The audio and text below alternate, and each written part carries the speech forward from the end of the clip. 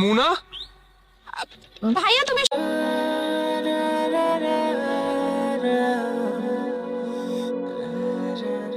তুই একটু দাঁড়া, আমি আসছি। পাগলি ছাড় ছাড়, আরে আইতেছি কোস না পাগলি। ওঠো।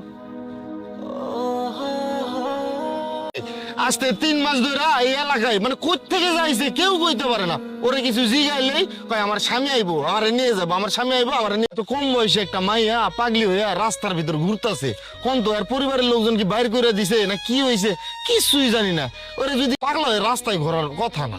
নদী, এগুলো কি দেখতেছি আমি? তুই না বলছিলি তোর ভাবি? বেরো যাও আমার বাসা থেকে। তোমার এত বড় স্পর্ধা, তুমি আমার পিঠ পিছে আমাকে ধোকা দিচ্ছিলে। হ্যাঁ, আমি বাসায় না থাকলে বাসায় অন্য একজন পরপুরুষ ঢুকে।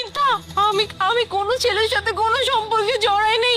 তোমার বোন কেন মিথ্যা কথা বলতেছে আমি বুঝতেছি না। আমার কথাটা একদমই বিশ্বাস কর। শাক দিয়ে মাছ ঢাকার চেষ্টা করবে না। হ্যাঁ ভাইয়া, তুমি জানো তোমার অ্যাবসেন্সে ভাবি না একটা ছেলেকে নিয়ে না বেডরুমে থাকতো, আর আমি সেটা তোমাকে বলেই দিলাম। খবরদার নদী, প্লিজ। তুমি একটা মেয়ে মানুষে কিভাবে আর একটা মেয়ের ক্যারেক্টার নিয়ে বিশ্বাস করো? আমি কোনো ছেলের সাথে সম্পর্ক তো দূরের কথা, আমি আমি কোনো ছেলের সাথে কথা পর্যন্ত বলি না। আমার কথাটা একটাবার এই মুহূর্তে দাঁড়িয়ে ডিভোর্স দিলাম। যাও, বেরো বেরো বাসা থেকে, যাও বেরো। কত বড় স্পর্ধা! আয় চল। ভাইয়া, তুমি আমাকে কেন জিজ্ঞেস করতেছো? আমি এসব ব্যাপারে কিছু জানি না। ভারী পাগল হয়ে গেছে।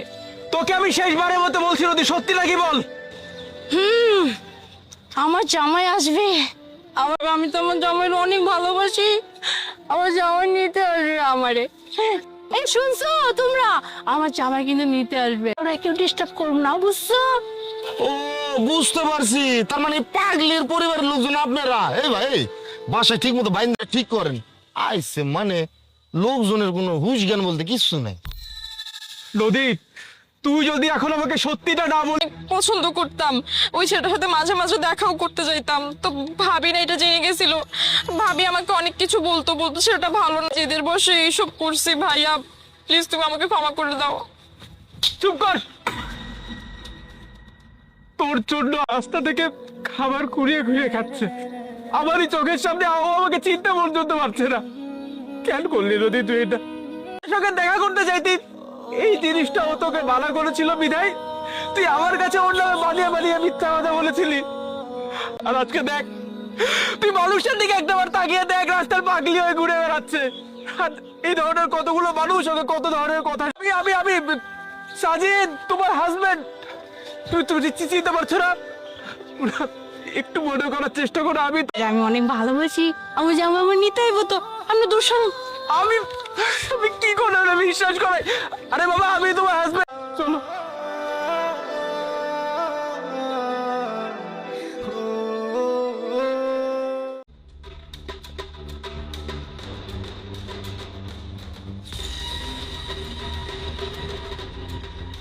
না কোন আপামনি, এটি তো প্রতিদিনই দেখি। এমন আপনার জিনিসের জন্য আমি দোকান থেকে বাচ্চার পিছনে দৌড় দিব নাকি? আপনার ডাব আপনি বোঝেন। আমার লেগে কোনো খাবার আনছোস? আমার অনেক খিদে লাগছে, কি চললো আমার খাইতে দে। আমি খিদে সহ্য করতে পারি।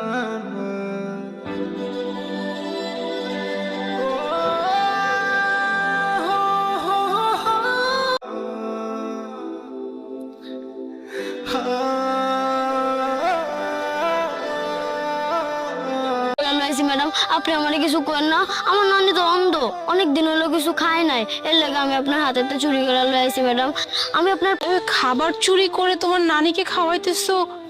তোমার মা বাবা কোথায়?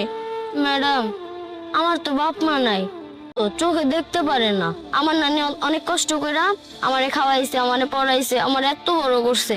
আমার নানি খুব অসুস্থ, কিছু করেন না। আরে এভাবে বললো না, আমি তোমাকে বকাও দিব না, তোমাকে মায়েরও দিব না। তুমি এক কাজ করো, খাবার আনতে হবে না কেমন? আজকে থেকে তোমার আর তোমার নানির দায়িত্ব সম্পূর্ণ আমার।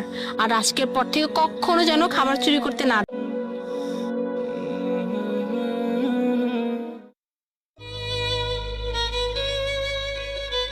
ছিলেন যাই হোক, আপনি ওই চোররে ধরতে পারছেন? মানে ওই বাচ্চা চোররে? না না ভাইয়া, ওই মেয়েটা চোর না। স্থিতি মানুষটা কোন জায়গায় নিয়ে যায়, তাই না? পরিস্থিতির শিকার বলতে ওই মেয়েটা না এতিম, মা বাবা এই দুনিয়াতে বেঁচে নাই, তাই এই মেয়েটা আজকে ওর নানির ক্ষুধা সহ্য করতে না পেরে এইভাবে এসে এখান থেকে খাবার নিয়ে দৌড় দিচ্ছে। আমি নিজের চোখে গিয়ে দেখছি। এখন থেকে ওদের সবকিছু দেখাশোনা করার দায়িত্ব আমার, তাই আজকের পর থেকে আর এমন কোনো কাজ করবে না। ও যাই হোক, আপনার বিলটা আমি দিচ্ছি।